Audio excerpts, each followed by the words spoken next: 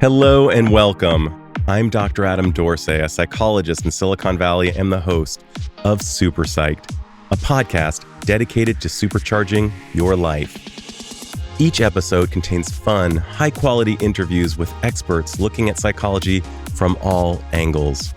Super Psyched is your tool to get more of what you want in your life and less of what you don't.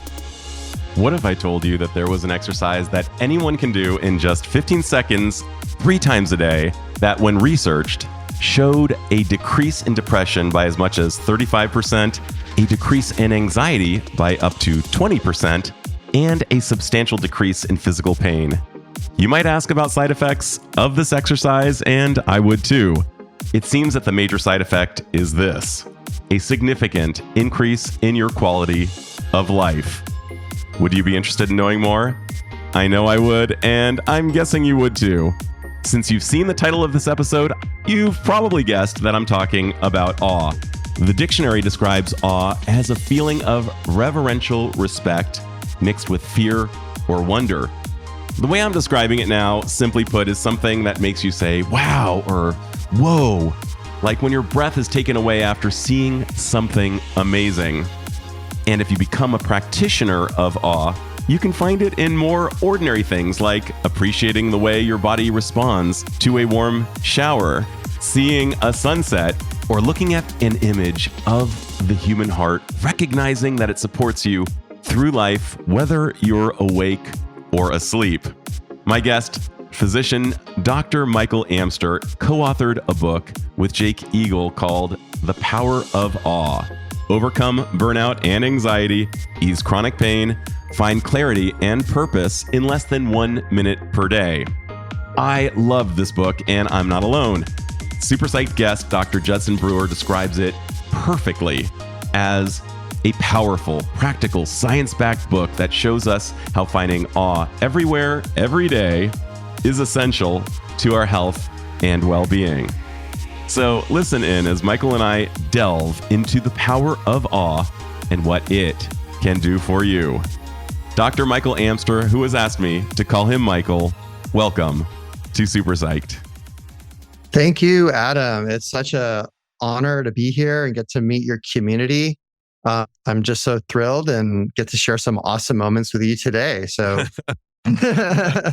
Speaking of awesome moments, you're kind of surrounded by awesomeness. And we may actually get to hear some roosters in the background because you are on the island of Kauai, which is, I imagine that the opportunities for awe, if you allow yourself to be sensitive to them, are kind of omnipresent. And one of the things that you'll disabuse the listener of is that you have to be in someplace awesome like Kauai all the time. We could be in the most boring podunk town with gray, overcast weather and a zoo that's comprised of merely a duck. And still find opportunities for awe. Would you agree with that idea that awe is basically around us all the time if we're open to it? Yeah, exactly. That's really what our book is about, the power of awe, and our research that we've done at the Greater Good Science Center at UC Berkeley. It's all about exploring and experiencing moments of awe in the ordinary. So we all can imagine when you're in Hawaii, incredible views of the ocean, the rainbows, the beautiful forests, the food, everything is so bright and vivid and really extraordinary. And our research is based upon experiencing profound moments of awe in the ordinary times of our lives. And you can be at home and find awe where you are right now, or if you're in your car listening to this, you can find a moment of awe while driving. So awe is everywhere, and our whole world is filled with moments of awe to behold. That's beautiful. And I am such a fan of awe. This is actually my second interview on the topic. And I think that the contribution that you and Jake, your co-author, have made towards the science of awe and becoming practitioners for the masses is really incredible, because you have put the cookies really low on the shelf so everybody can grab them. And you've made awe really, really easy to get through your method, which we will talk about in a little bit. But before we even get there, let's talk about the why of awe. I like Simon Sinek's idea of start with why. Let's figure out, why should the listener care so much about awe and becoming a practitioner of it? We think of awe as being the most powerful of all positive emotions. The science of awe really started around 2003 when Dacher Keltner and his friend and colleague, Jonathan Haidt, wrote a paper exploring awe as a scientific emotion to be researched. And we found in the last 20 years is that awe is actually perhaps the most important and powerful of all positive emotions. People thought of this initially as the Gucci bag. Michelle Chioda at Arizona State University said, maybe awe is the Gucci bag of emotions. Like we would like to have one, but we really don't need it. But actually, as we're learning through all the research that's been done, including ours, is that awe is essential for living a life of physical health, emotional health, and spiritual well-being as well. So it encompasses everything. I love that idea of it being the precursor and how it was so easy to discount it and say it's a luxury, but not necessary. And would you go so far as to say, based on your research, that perhaps it's actually necessary? I can actually even think of an evolutionary basis for why it would be necessary myself, but would you say it's not a luxury, but it is unequivocally necessary? Yeah, I think so. I mean, if you think about us as a species and our survival, definitely awe has been an important part of our evolution as a species. From a survival standpoint, if you think about it, when you climb to a top of a mountaintop and see that vastness of a view, it elicits a sense of awe for people. Well, that's often the most safest place for people to be is up on the top of the mountain in terms of a survival. So there is something in terms of our survival as a species that's connected to awe. But what's really unique about awe is that it's what's called a prosocial emotion, which means that when we experience moments of awe, whether it's extraordinary awe or awe moments in the ordinary, it makes us kinder. It makes us more empathetic. We're generous. We're experiencing more gratitude. We have more open mindsets of looking at the world with openness and curiosity rather than being stuck in a very rigid way of thinking. We believe, and what we share at the end of our book is that we believe awe is missing from our world right now, and actually one of the potential solutions to some big issues out there like climate change and the political strife and divisions that we're experiencing right now in our world and our society. So awe is definitely cornerstone of human well-being, both physically, emotionally, and spiritually. And our research is really based upon more of the mental health and physical health aspects that we did at UC Berkeley. I love what you just said. And you kind of spoke to the idea that it can even kind of forge our bonds more securely.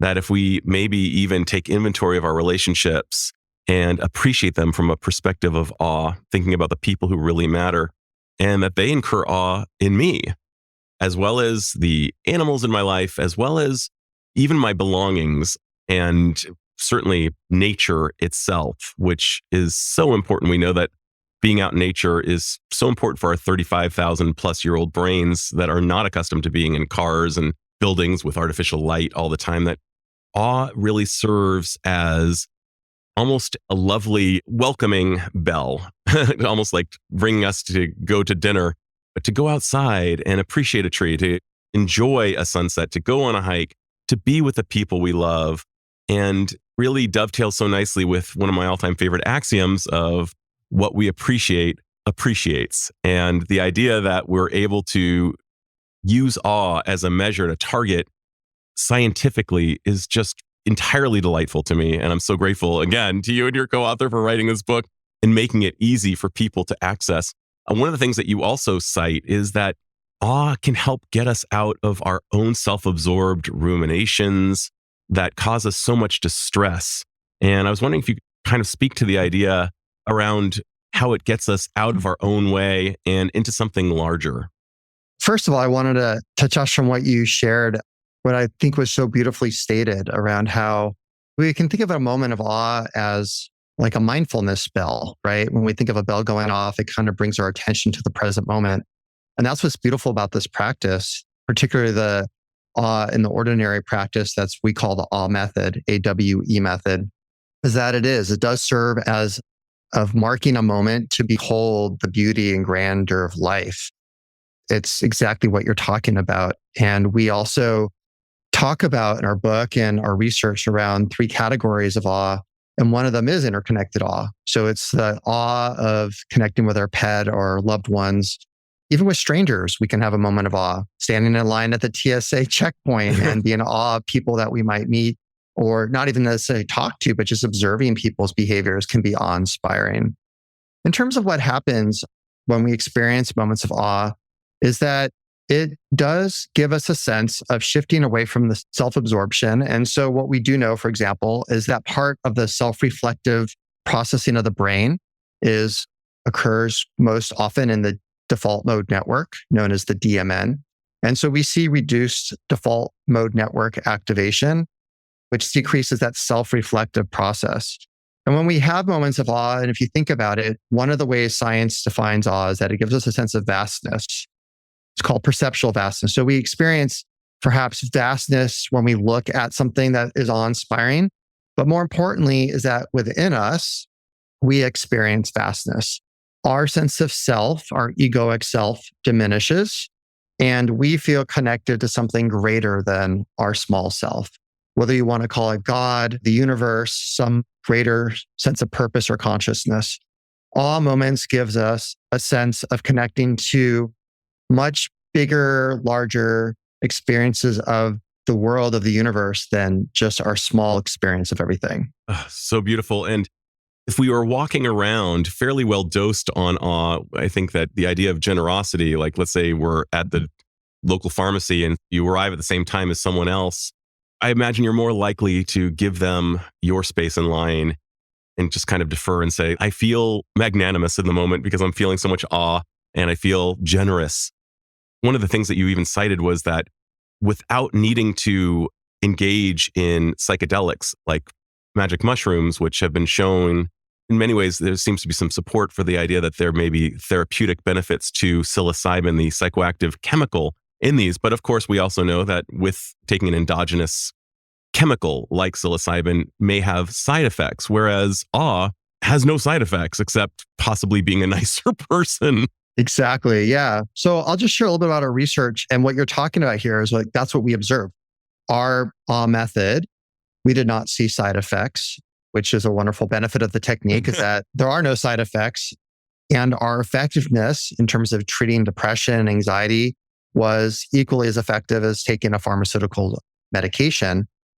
So our research was performed at the Greater Good Science Center at UC Berkeley.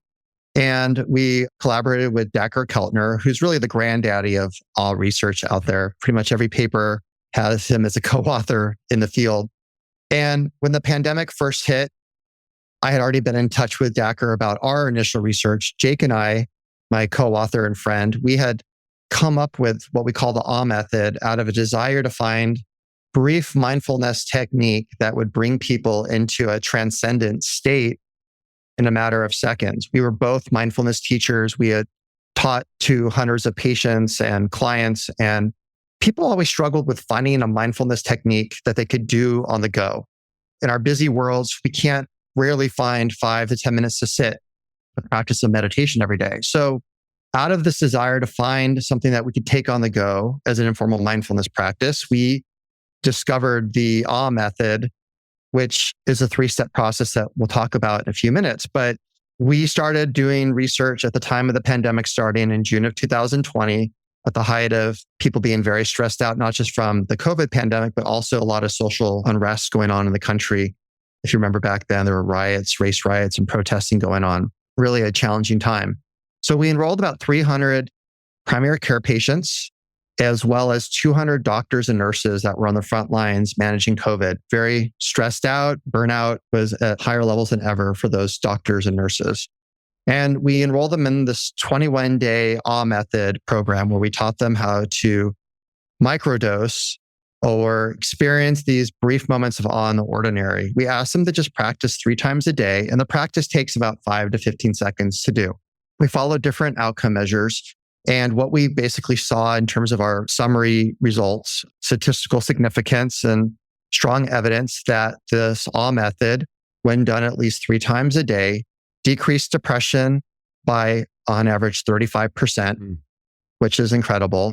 Even at that time, people were getting more depressed just from what was happening in the world at that time. 35% reduction in depression, about a 22 to 25% reduction in anxiety.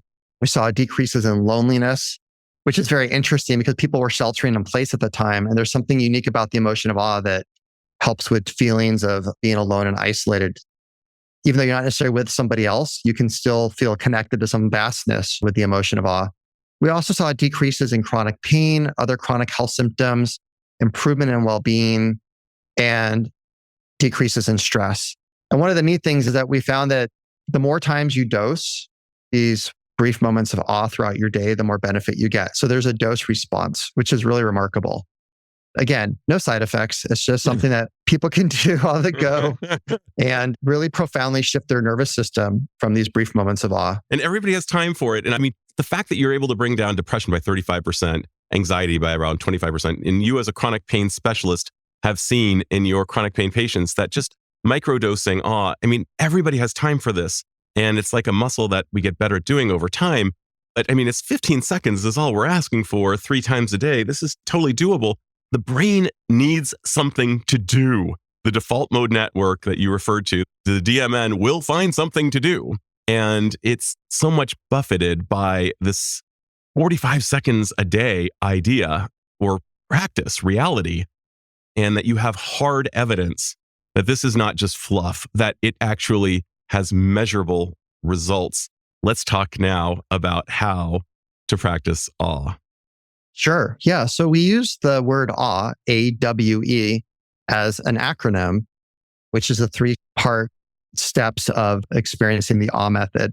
So I'm mindful that, like for myself, when I listen to podcasts, I'm pretty much usually in my car. So I'll talk people through. I'm not going to lead you through like a very formal practice here because I don't want someone to be driving their car and have a orgasmic moment and get in some accident.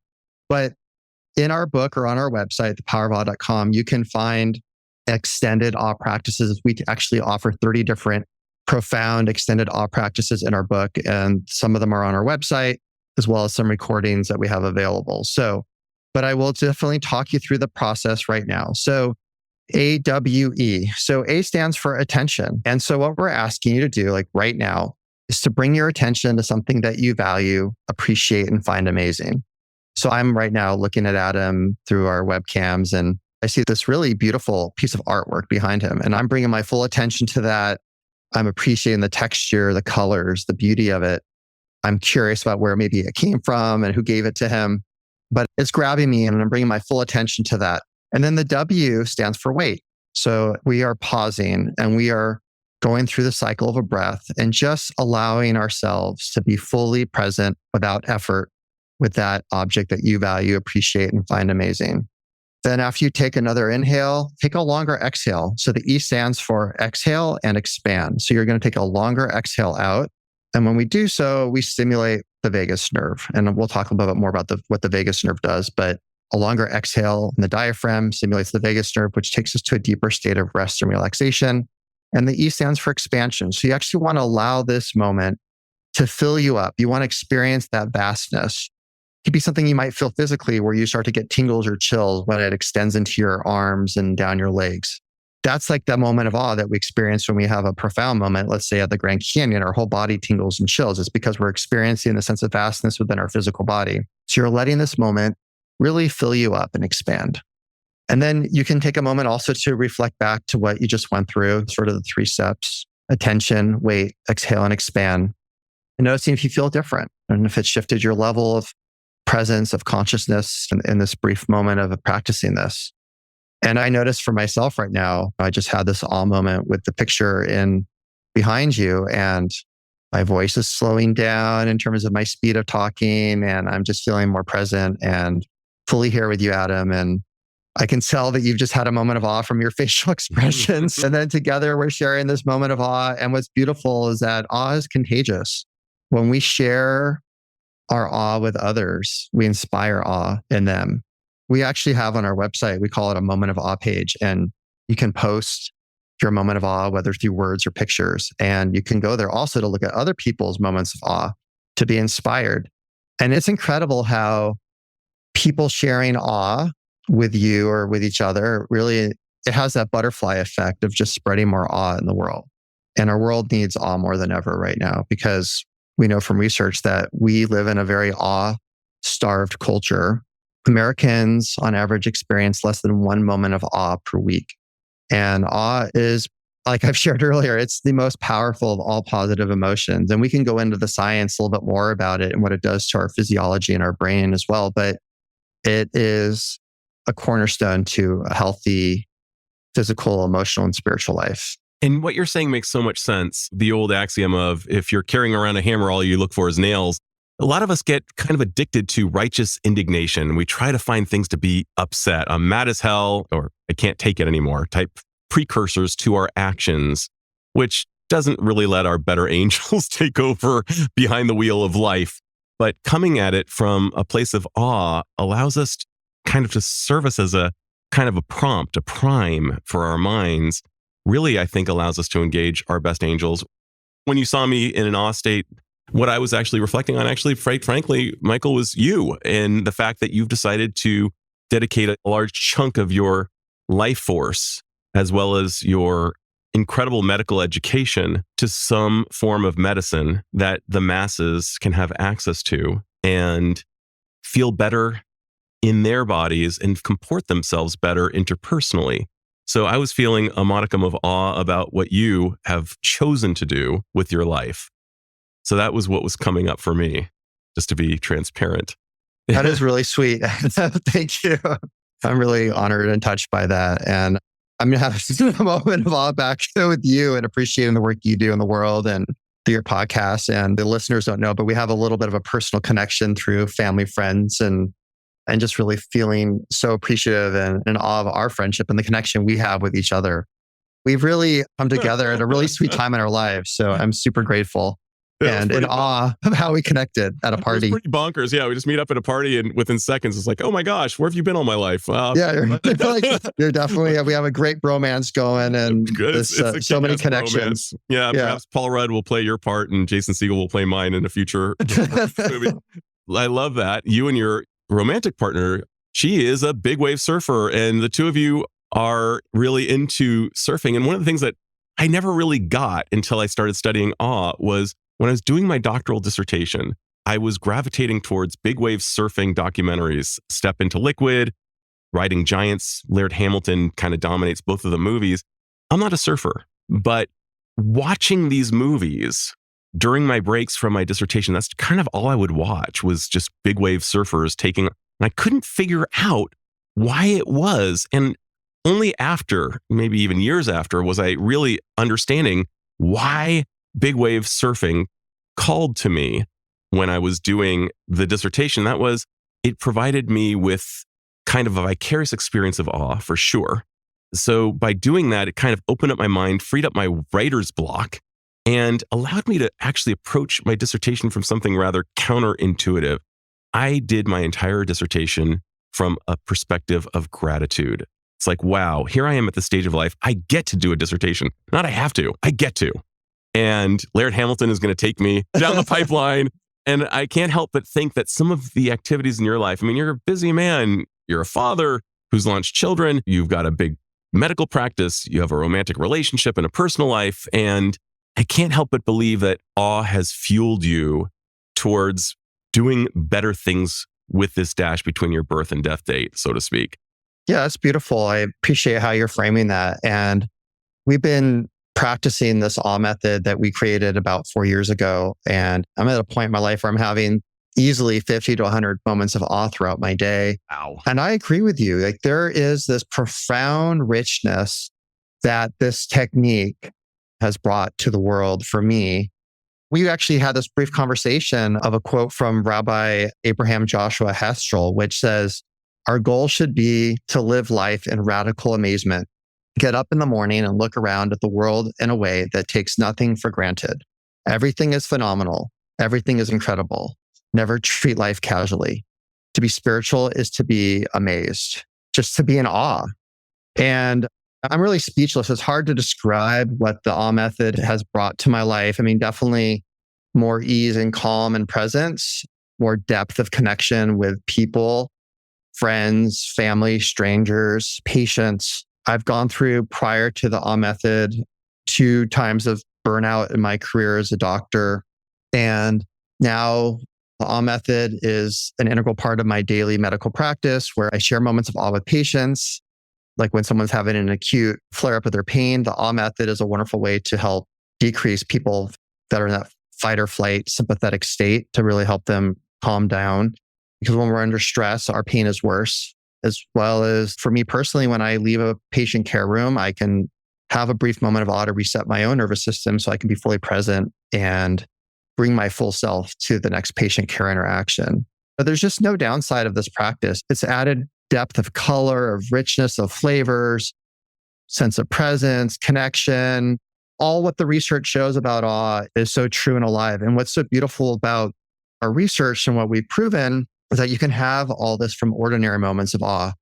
The original researchers were only studying extraordinary awe. You had to go to the Grand Canyon or go to Yosemite or watch it on a video virtual reality screen.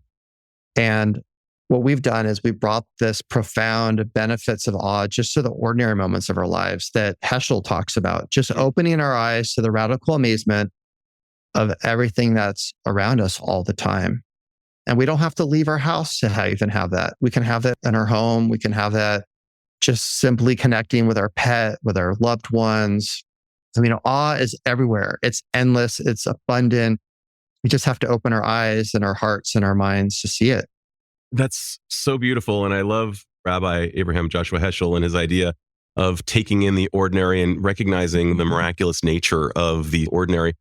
And one thing I would be remiss if I didn't also include is that I actually wrote my dissertation rather quickly, coming at it from a perspective of gratitude and awe. I can't help but believe that using that as fuel helped me get through it fast. And my chair said that she has never smiled so much during a dissertation because there were things that I wrote about that just caused her to smile. And she said she's never had less red ink on a dissertation. And I'm not saying that this is brilliance. I'm saying I have a feeling that it's a byproduct of awe that allowed me to go quickly and to write something decent. I'm also thinking about how much courage it takes to be in a joyful, gratitude-based, awestruck place. Because I'm remembering back in college, I was having dinner with somebody who said something not atypical, like, wow, Adam, you're so easily impressed. My nickname in high school is Enthusiasm. But my podcast is called Super Psyched. Clearly, I lean toward this. And you don't have to be an enthusiasm to experience awe. But I remember looking at her and saying, no, I am not easily impressed. Actually, I just have a very high threshold for appreciation. And I think that's one of the things that awe can incur is a high threshold for appreciation. Like what we appreciate appreciates. And what a great way to go through life is seeing the miracle nature of everything. You have a great quote from Einstein. Yeah, the Einstein quote, it starts off with there are two ways to live. You can live as if nothing is a miracle, or you can live as if everything is a miracle. And what I love about the quote is that he talks about there being a choice. And you're right, we can choose to live a life in awe and wonder and see things in the miraculous. I really loved what you talked about with your thesis and how when you were in the state of awe and gratitude, that the words just sort of flowed naturally. What's beautiful about awe is that it takes us to a space of spaciousness, of timelessness, of pure presence and ease, so that things just naturally come up. In our book, we talk about, and this is really the work of my co-author and friend, Jake Eagle, who's a psychotherapist in Hawaii. His really life work is in this section of the book where we talk about levels of consciousness. And it's the backbone of why the awe method and why awe does what it does to us as humans. Most of the time, and I'll just share a little bit about this here, but if you really want to dive into it, I think we do a really incredible job describing it in the book and the stories behind it. But by the way, I want to say I concur. Great book. But we talk about there being three levels of consciousness. And most of the time, we're living in what we call safety consciousness. And that's just when we're doing our day-to-day stuff of going to work, we're cooking meals for the kids, we're driving around, running errands, managing our homes, our lives, our households. And the next higher level of consciousness is what we call heart consciousness. And that's the state of gratitude. That's when you're in appreciation and you're feeling grateful for your life. And you talked about that with your thesis, how you entered a state of gratitude and how that shifted your level of consciousness into one that's more heart-centered. And then awe takes us to that third level of consciousness, which is spacious consciousness. And that's the state that like the Buddha talks about, where is that state of nirvana. It's the state where spirituality and prayer takes us to, where time slows down or stands still for brief moments and our mind stops, the chatter stops. We're fully present. Our eyes widen. We see colors with brightness and vividness that we normally don't see. We feel the sensations in our body fully. Like we're just fully present and aware. And so what's beautiful about this model is when we have these moments of awe, we get to that state of spacious consciousness, but we can't live in spaciousness all the time. We can't live our lives always in a state of awe. Otherwise, we're not going to be able to be productive with our jobs and all the things that we have to do in safety consciousness. So, but what's beautiful is that when we have those moments of spacious consciousness, is that it backwashes. It sets the tone and it colors when we're in our safety consciousness state of living so that we are slower, we're more present, we're more aware, we're more relaxed. I can give an example if you think about this. Like if you're driving your car, the highway, and you're in your normal safety consciousness state of life where you're sort of in that flight, fight, reactive state, and someone cuts you off, you're likely to like want to react back and to give them the finger or to cut them off, or that's where road rage comes from. And if, let's say you had just been practicing earlier before that drive, you were in a state of heart consciousness, of gratitude and appreciation. You're already in a more relaxed state. You're not going to be reactive. You might be like, hey, bro, you give him like a thumbs up or a little Buddha, bows. Like, hey, no, it's all good. Let's be friends here. And if you're in a state of spacious consciousness prior to that experience, you're not going to be reactive. You'll just be peaceful and want to cultivate peace. And you might be curious and open-hearted and wishing goodwill to that person. So what's really beautiful about this practice in summary is that it's really altering our state of consciousness. And that's why the effects are so profound and long-term and cultivate healing and well-being on a physical, emotional, and a spiritual level. That's so beautiful. I'm thinking biologically what it can incur in terms of our autonomic nervous system, which is comprised of the sympathetic and the parasympathetic. And I promise I'll make it simple.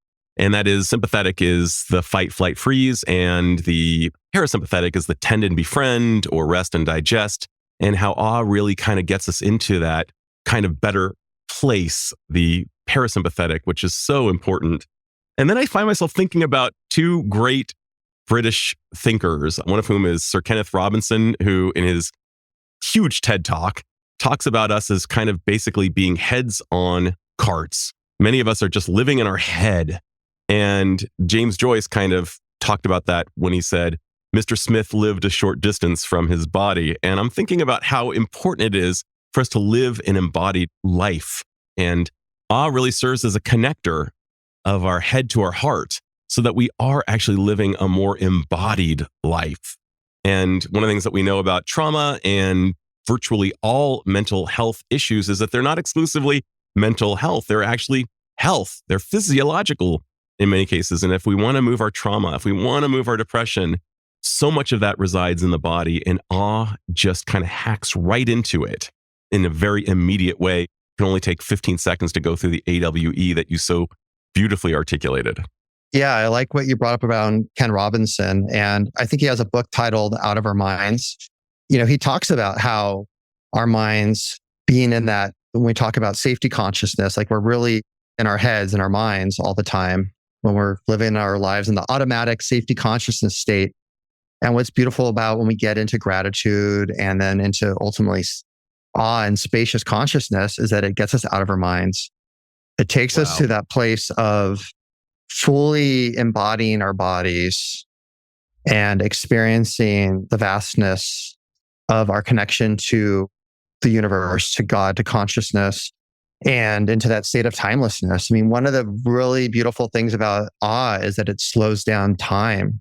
And you talked about how I've maybe used this technique to really live a more focused, present, conscious life. Well, one of the ways in which I have found the awe method to be so precious is that my experience of time expands when I have these moments of awe. And we know from research that people's perception of time expands when we have awe moments.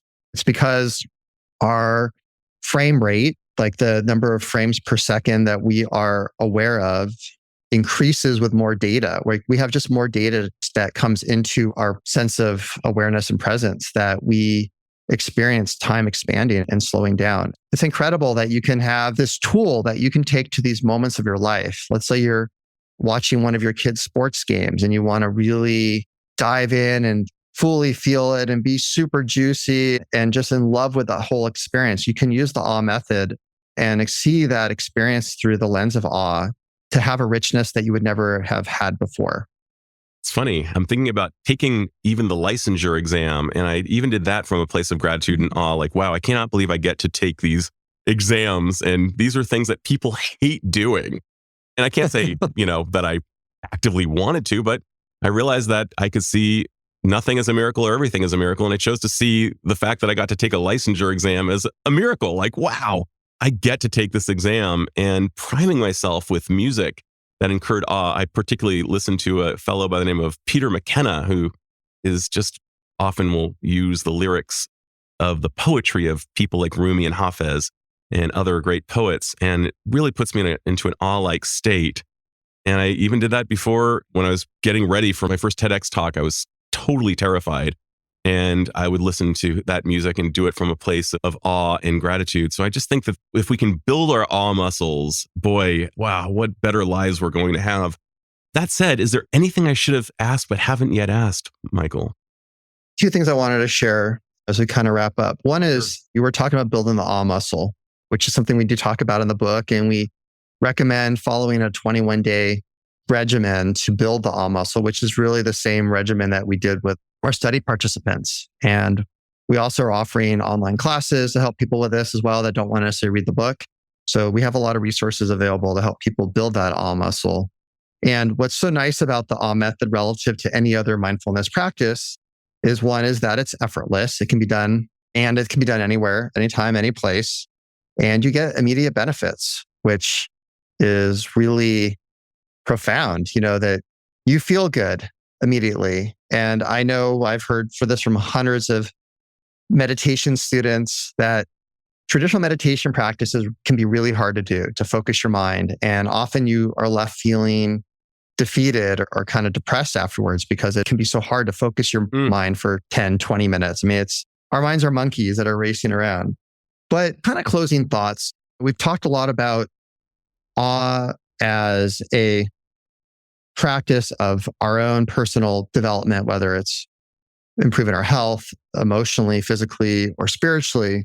But we really see this more than something focused on the self, but really to help our society and our planet as a whole. So it's really more than a self-help technique. I just wanted to read a line or two from our book. Please. So if practiced frequently enough by enough people, a critical mass, as it were, the world would experience a significant shift in consciousness, which, as we know, affects everything. Awe changes us. How we relate to people. How can we be in awe of someone and physically or emotionally harm them? How we relate to nature. How can we be in awe of the natural world and destroy it? How we relate to different beliefs. How can we be in awe of diversity and condemn people for being different? In awe, the tone of every conversation, from the personal to political, shifts from having an agenda to being present, curious, and open to what is. In awe, we feel satiated with what is precious to us, taking it in as a sustenance for our souls. Then as we become more pro-social and humbler, we share this sustenance with others through our words, actions, and attitudes. This impacts how we raise our kids, how we help our aging parents, how we treat our spouse, how we participate in community, how we govern a city, and how we lead our nation.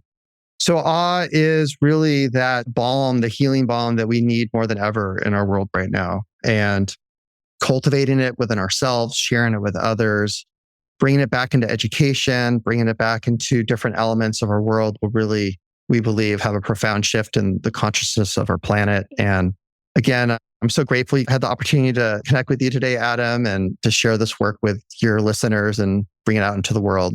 Likewise. And I'm so grateful to you. And I'm grateful to technology. Here we are on something that a lot of people have come to love and hate, which is Zoom.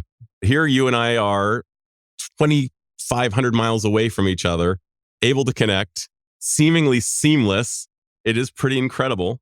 And it's as if you intuited my final question, so I'm not even sure I need to ask it. But usually what I ask at the end is kind of a miracle question, which is, if you had the magical powers to confer upon all humanity one skill or insight, what would that be? And what do you imagine the effect would be on the individual as well as society at large. To some extent, you kind of already addressed that. So I'm not sure I need to ask it, but I'll ask it anyway. And just in case, is there a skill or insight that you could confer upon all humanity? One skill or insight, what it would be and the effects? Well, I think what's beautiful is that we know that on an individual level from our science that awe improves our physical, emotional, and spiritual health. And I would encourage people to what I call habit stack. So attach a moment of awe to something you do on a daily basis already. So if you make coffee when you get up in the morning, use that as a moment of awe time. Deeply smell those aromas of the grounds. Be in awe of water boiling. Be in awe of your French press or whatever. I'll tell you, I had this epiphany recently, is that when we automate things in our lives, like use a Keurig machine, we lose out on awe. Awe comes from the richness of slowing down, of really deeply appreciating value and finding things just amazing in the ordinary. So these shortcuts that we take of just pushing a pot in a machine where we don't get to actually measure out or grind or smell and feel the coffee. Think about it. Like maybe get rid of the pods and go back to experiencing life on a deep depth of richness that is just there to be taken and behold all the time. And then from that, we know that as awe is a pro-social emotion, it makes us kinder, gentler, more open-minded, generous people. And then that butterflies out into the world.